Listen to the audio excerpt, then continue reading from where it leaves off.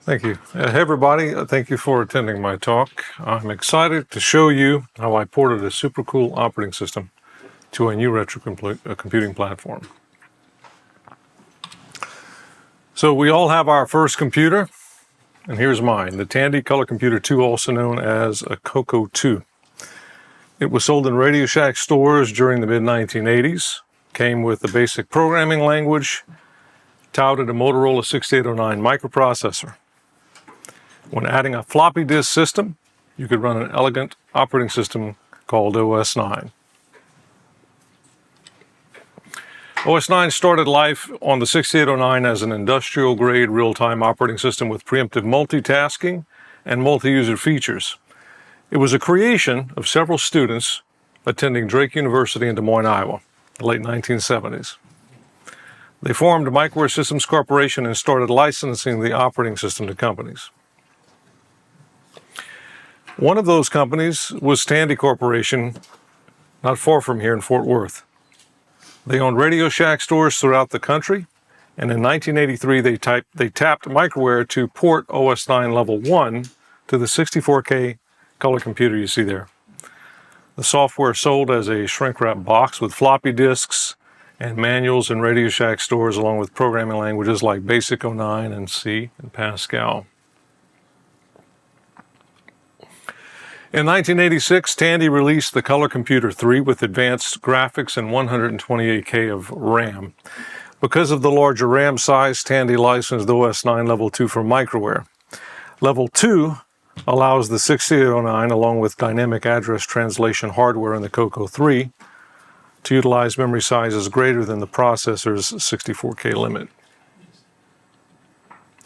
Tandy invested in OS-9 as a basis for titles like Sierra Online's King Quest III and Leisure Suit Larry, Disney's Mickey Space Adventure, and Sub-Battle Simulator from Epix. OS-9 also gained a following with third-party developers and enthusiasts who wrote games and other software for the Color Computer platform.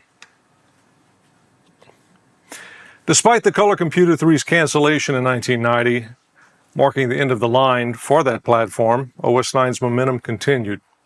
In 1992, a small group of developers disassembled OS-9 for the Color Computer 3 and adapted it to take advantage of the new instructions and registers for the Hitachi 6309, a processor that was binary compatible with the 6809.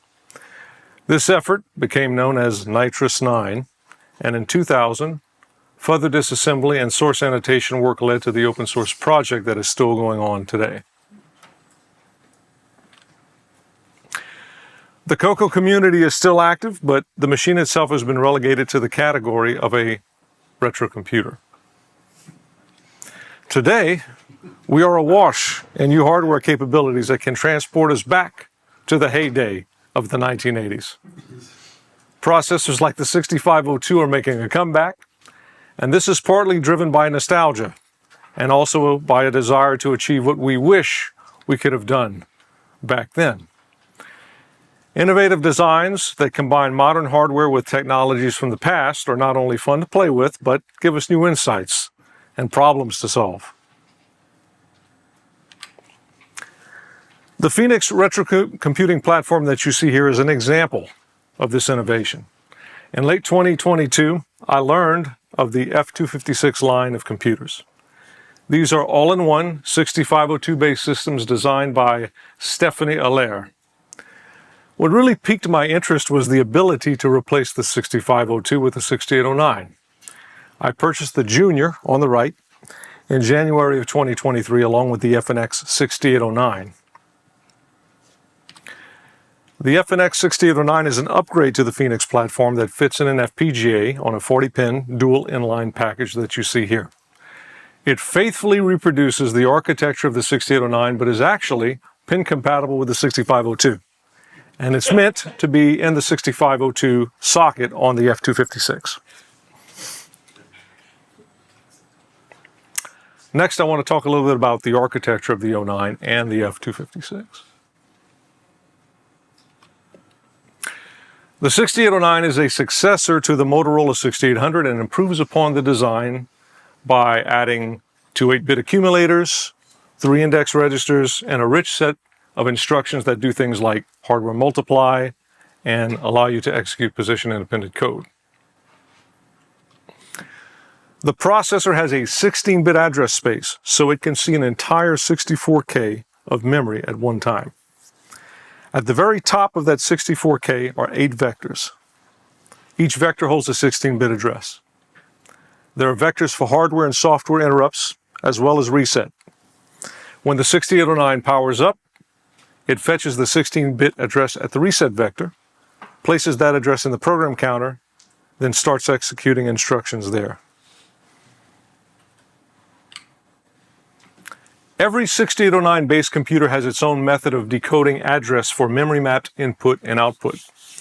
The F256 uses the upper 512 bytes of the 6809's address space for this memory-mapped I/O, which allows software to interact with dynamic address translation logic, sound devices, serial ports, VGA, and the SD card interface.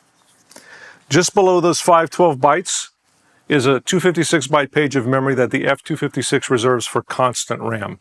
I'll explain what that is shortly.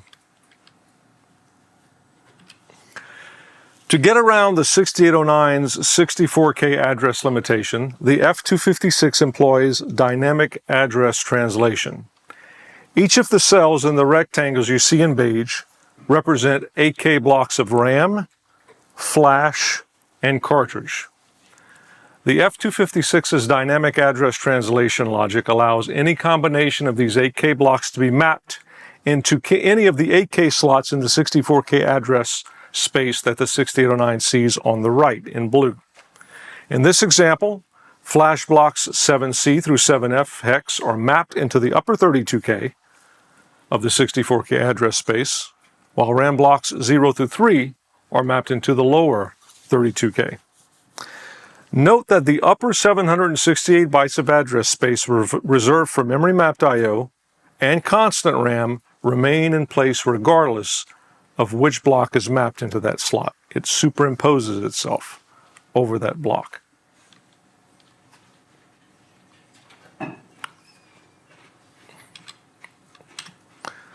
Now I'll go into details about the operating system port itself. Over the course of porting OS-9 to various platforms, I've procured some fundamental tenets that must be in place. First, the hardware has to be stable. If an instruction writes to memory, that value that it writes should be the same when read back. Instructions must execute correctly with all expected condition code side effects in place. Second, a hardware timer has to be present. OS-9 requires a periodic timer that interrupts the system every so often. And third, the platform has to be well documented. I need a specification that tells me what is in the memory mapped I/O, what are the registers, how those registers perform, what they do. Since the F256K has 512K of RAM, I knew that OS-9 Level 2 would be the ideal operating system to run since it supports RAM sizes greater than 64K. However, Level 1 is an easier bring-up, and the drivers I would need to write for Level 1 would work well under Level 2, so I undertook that at the beginning. The first step was to bring up the OS-9 Level 1 kernel, written in 6809 assembly language, and comes up to around 3.3K of assembled code. It's very small. The kernel is written in 6809 assembly, and when started, performs tasks like clearing memory, setting up data structures, and initializing the I/O subsystem. That required platform-specific code to be written and injected into the appropriate place in the kernel, as you see here. This is actually F256 specific code that I wrote for the kernel.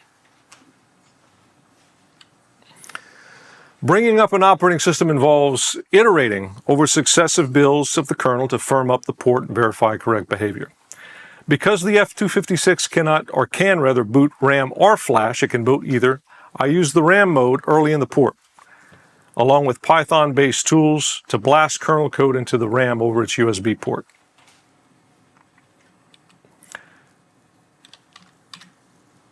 After I confirmed the kernel was starting up properly, I needed to obtain a timer source for the clock. The F256's Vicky chip, which handles high-res graphics, also has a mechanism to generate an interrupt on the video's vertical blanking interval, which is 60 frames per second. The clock module in OS-9 is responsible for managing both wall time and the ticker, so I modified the source to accommodate the Vicky's start of frame interrupt and use that to drive multitasking.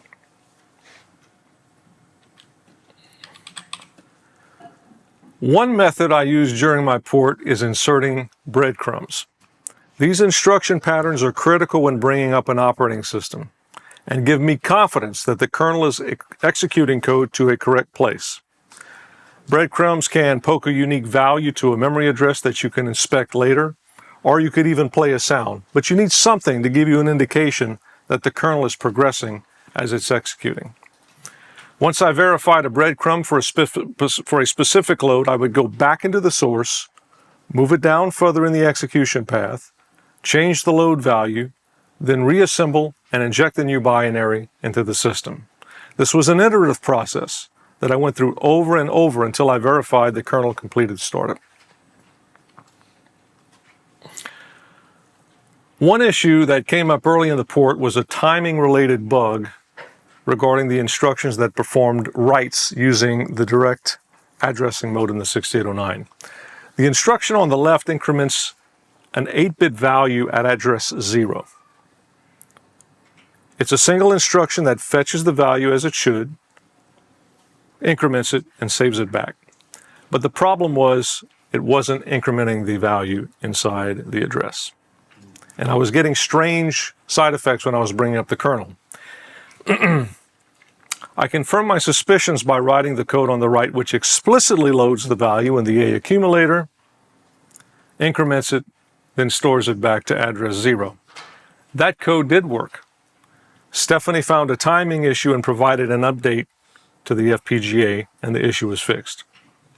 And I use this as an example to show how, when you're bringing up an operating system for a piece of hardware that is implemented inside of an FPGA that maybe hasn't been fully debugged, it can cause issues, and then you have the hardware folks pointing at the software folks, and you have to kind of come to an agreement on where the problem is. But we did. Writing drivers is another critical part of getting the port going. Like Unix, OS-9 has a unified I/O architecture. Devices of different types interact with the operating system through drivers, and drivers work under file managers. Those are modules of code that define specific interfaces and data structures. SCF is the sequential character file manager, so it manages character-based devices such as text screens, keyboards, and so forth. It was necessary to write a video terminal driver as well as a PS2 subroutine module that processes keyboard scan codes on the F256. RBF is the random block file manager and creates the world for block-based devices such as hard drives. And the F256's SD card and cartridge port fit into this category, so I wrote drivers for those. DriveWire is a protocol for accessing disk and serial services remotely over a serial port. So I extended the DriveWire I/O subroutine module to read and write serial data to and from the F256's 16550 compatible UART. This functionality allowed me to boot OS-9 from a serial port and provided a faster iterative path for development as I was bringing up the kernel and the rest of the operating system. Once I completed the clock and drivers, I mapped a strategy to use the flash for permanent code storage. With the operating system in flash, the computer came up instantly into OS-9 at PowerUp. I chose to locate startup code at address FC00, which sets up the F256 to a sane state, then jumps into the kernel, which is located at address 8000 in the middle. The kernel creates the memory structures and initializes its globals, looks for all modules in the range between 8000 and FFCF, or one of those addresses, just below where the trampoline code is, and then brings up the graphics console and the disk, and then forks the system go process that starts the shell.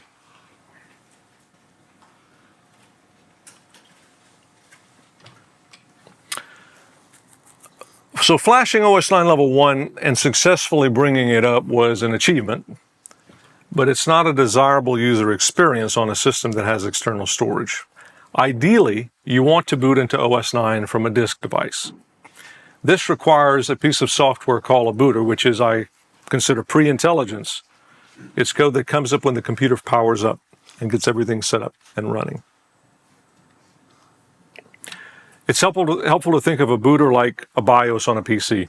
It performs the setup of various hardware components on the platform and provides an interactive method of changing settings, such as which device to load the operating system from. Booters tend to be minimal in size and written specifically for a particular board with just enough code to do the things like output text to a screen, read keys from a keyboard, and pull in sectors from disks to load the operating system. For the F256, the devices that we can boot up from are the SD card interface, the cartridge port, and the serial port. A simple design would be to direct the user to choose which device to boot from in a menu. It's also customary for a booter to contain a debugger for inspecting registers and memory. I begin the design of a custom booter architecture, pulling in code for the video from the keyboard and storage devices from the OS-9 Level 1 drivers that I had written. And as I started to do that work, I had an epiphany. Why not use OS-9 Level 1 itself in Flash as the environment for the booter? After all, I had all of the driver code in place for the video and the PS2 keyboard, the SD card and the cartridge port, and the serial port. OS-9 has a 6809 debugger program as well, and the F256 has 512K of flash to hold the operating system in booter, which was plenty. So that's what I did.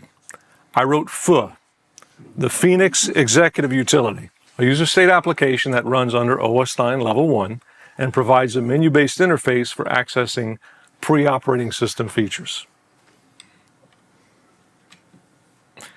And here it is at power up on an F256 Junior. FU starts a 5-second countdown, and if no keys are pressed, it attempts to read the OS-9 boot file from 3 devices.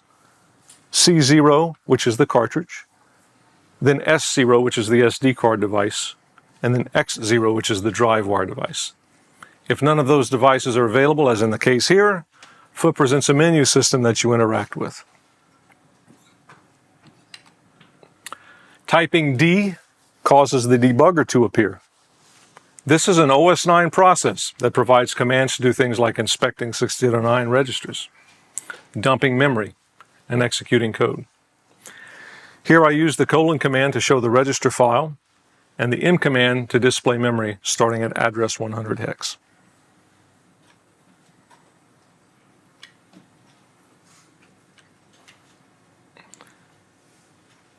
I'll exit the debugger by typing Q. That gets me back to the FU menu.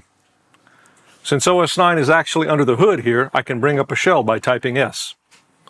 The mdir command shows the modules in memory. The mfree command shows 105 pages of available RAM, which is around 28K or so. And then I type EX from the shell to get back to the FU menu.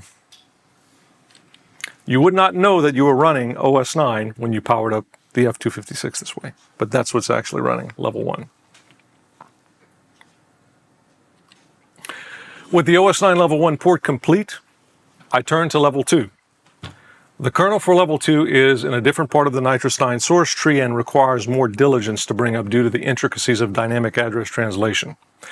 Stephanie's memory management design mimicked that of the Coco 3, so adapting the kernel was pretty easy. And I was also able to capitalize on the work I had done on level 1 and incorporated the drivers that I had written there for level 2, and they worked just fine. And here is FU booting OS-9 level 2 from the SD card. As you can see, it loads quite fast once the countdown finishes.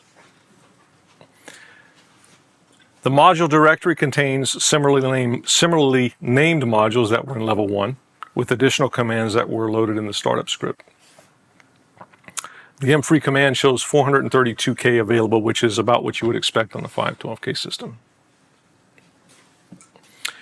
I'm typing dir to get a list of directories on the SD card, and then I'm cding into a scripts folder where I have created some various scripts that exercise the colors on the F256K. There's a 40 by 30 screen, and I'm using my favorite TV shows as a kid and my favorite breakfast cereals to get the color themes that I was inspired by that.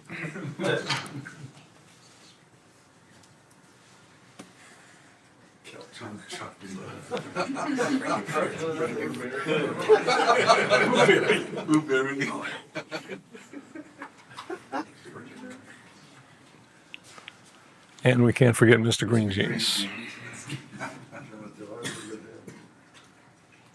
So now that OS-9 has been successfully ported to the Foenix platform, there's ongoing work in the community and lots of ways to join in and help and have fun. John Federico has been busy bringing graphics support to OS-9 by extending the video driver to handle allocation, deallocation of screens, and displaying of bitmaps and tile screens that the F256 hardware provides. That work is ongoing, and we should be seeing some graphics demos soon. Matt Massey created attractive banners for OS-9 and Basic 09 that appear on launch, and this required lots of modifications to the font data and was tedious work. So thank you, Matt, for that work. And there are a number of great classic arcade games that folks like Glenn Hewlett and John Kowalski brought over to the Coco 3. Because the F256 mimics the Coco 3's memory management strategy, it should be easy to bring these games over to the F256 and actually run them in separate video windows while you're also doing OS-9 work in the shell at the same time and really flexing the power of the multitasking characteristics of OS-9. And Stephanie just announced the F256K2, which will have the 6809 graphics and sound hardware in a single FPGA. This eliminates the Foenix 6809 daughter board and will open up some impressive speed gains. There are also plans to support the Turbo 9, a pipelined implementation of the 6809 by Kevin Phillipson and Michael Rywalt. The fun is just beginning on this platform, and it's a great time to get involved in the Foenix community. The action is on Discord, and you can use the link here to join. Also at my table, this weekend I have both a 256K and Junior on display running OS-9 Level 2. Thank you.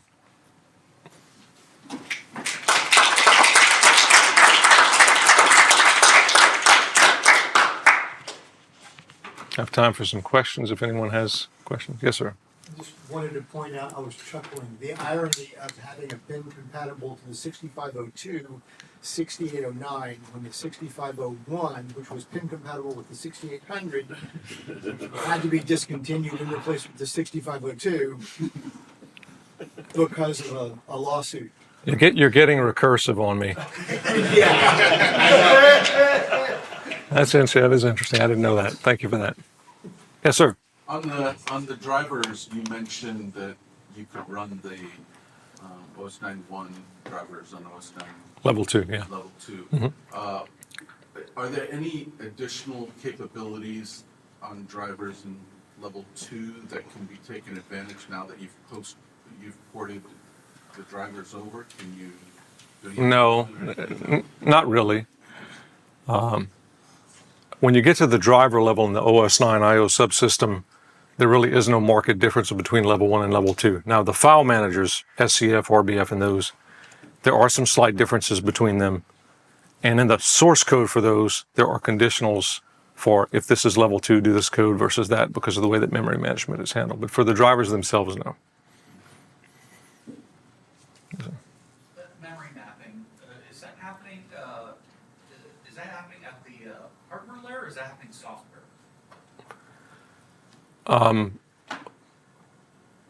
It's happening at the hardware level. So the 8K block swapping you're talking about, yeah, that's definitely hardware based, right? Is that an external memory mapper, or is that built into the 6809? No, the 6809 knows nothing about it. That's part of the FPGA logic that Stephanie added. Now the 6809 knows how to tickle the registers and knows where the registers are in that upper 512 bytes of memory mapped I/O to map in blocks. It knows about that. Well, the code that you write for the 6809 knows about it, I should say.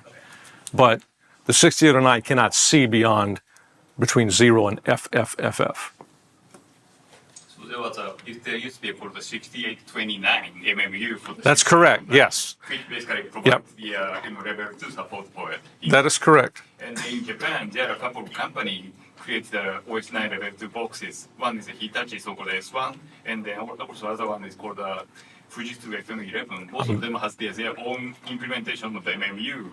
Then that takes care of those extended memory side of the house. I'm very much aware of the FM11. I've seen it. When I worked at Microware, we had one. Yeah. Very impressive. Of course, I didn't know Japanese, so I struggled to use it. But in fact, I recall there was one with dual 6809s in it as well. That's a dual 6809 system. Yeah. And even that one of the Japanese company adds the extra Z80 card, Yeah, which basically adds the CPM running inside of the OS-9. yeah, that's really cool. By the way, we do have a CPM emulator that runs under OS-9 level 1. Something extra there. But yeah, thank you for bringing that up. The Japanese have always been great fans of OS-9. I used to have the FM11 and I got rid of it. Don't do that again. Yes, sir. I just had a question about the multitasking. I'm not too familiar with OS-9, so I was wondering, as you've done the sport of level 2 now, here at the show or somewhere in your presentation, do you have views of a multitasking view with multiple applications? If you go to my booth, the multitasking is there. The problem is you only have one screen, so I can fork something. It'll go in the background with the ampersand, and then you can run procs and see it running. Once we get the graphics more mature, and what we're aiming for is what's called virtual screens, where you hit a key and it flips to the next. Then you could be listing a file here, editing a file in another window. But yeah, the multitasking is there. It's just not easy to demo it with a single screen. Now, one thing that I could do, but I don't have a terminal, and I actually don't have the driver written yet, is you could hook up an old terminal, a VT100 terminal, to the serial port, fork a shell over that device, do something there, do something on the main console on the graphics screen. Was there ever a desk view-like environment, like a Tmux desk view style? Like a GUI? Well, a text-based. Oh, text-based. Okay, there was. So Maybe for Japanese, dude. Well, Fujitsu implementation of OS-9 has the screen splitting capabilities In text mode. in text mode. Yeah. We didn't have that, at least on the color computer. It could have been written, but it was more trying to do a GUI. But having a virtual text screen would be another, Yeah. text mode, I guess, where you have multiple. Text screen, text Yeah. splitting thing. But that would be, if you really want to implement it at the driver level, it would not be something you do in a user state program. But anyway, you come to the booth and I'll give you an idea how it might work theoretically, or show it to you. You're welcome. Yes, sir. In the inter-process protection, are there any inter-process protections for memory and that sort Yeah. of? For level 1, no. When you're running an OS-9 level 1, the operating system and all processors are right there. There's no memory protection whatsoever. You can bang somebody else's code. You can change their global variables or whatever, and you can screw things up. In level 2, you are segmented and segregated to a certain degree and what I mean by that is in OS-9 level 2, each process gets its own view of the 64K memory map for its own purposes. The OS has it, and any processes that are spawned have it. But there's nothing from stopping a process for going in the I/O space and poking around in the dynamic address translation registers, mapping something in and doing something crazy. So the answer is there really aren't any protections like that, no. Yes, sir. What about support for more than 512K of memory? Good question. I don't know what Stephanie's plans are for the K2. Technically, we could go up to 2 meg easy of RAM. And recall, we have 512K of flash, so we could stuff modules there too. We also have 256K of cartridge space. So there's actually a cartridge connector on the board. You could buy a cartridge and have additional RAM there. But what I did do is I wrote a RAM disk driver for that 256K RAM cartridge. I didn't use it as extra program memory. All right. Yes, sir. What's the effective speed of the 1609? Originally, when you buy the part itself, 2 megahertz. This one is running at 6.29 megahertz, so it's technically 3 times faster than an off-the-shelf new old stock port. And then Stephanie believes we'll be able to get it up to 25 megahertz in the FPGA implementation on the K2. And then when you add in the Turbo 9, which is a pipelined implementation, the performance should get even better. Currently, when you task switch every 16 milliseconds, The tick, so the tick is every 1/60th of a second, and the time slice is 2 ticks. So your multitasking is twice the size, so 1/30th of a second is the amount of time that each process gets to run guaranteed in the CPU before they might get switched out. You can change that, by the way, that's modifiable. But the clock itself, the base timer is 1/60th of a second, 16.67 milliseconds. You had a question? I was just curious, you may have mentioned this earlier. When did OS-9 come out? 1980 is when it became, I think, a product. So yeah, 1980. Level 1. Level 2 came out, I think, in 82 or 83, something, a couple of years later. When you were porting OS-9, did you do it completely with a separate system, or was there a point where you could then continue working right on the? No, I used my Mac, my MacBook, with a serial port and drive wire, and I just kept not drive wire. There's a USB port on the F256. There's some Python tools that you can use to blast. You can basically program Flash or blast stuff into RAM, and I just did the assemble on my Mac, blast, and then just kind of use the breadcrumbs to follow my path into success. Any other questions? All right. Well, thank you for coming.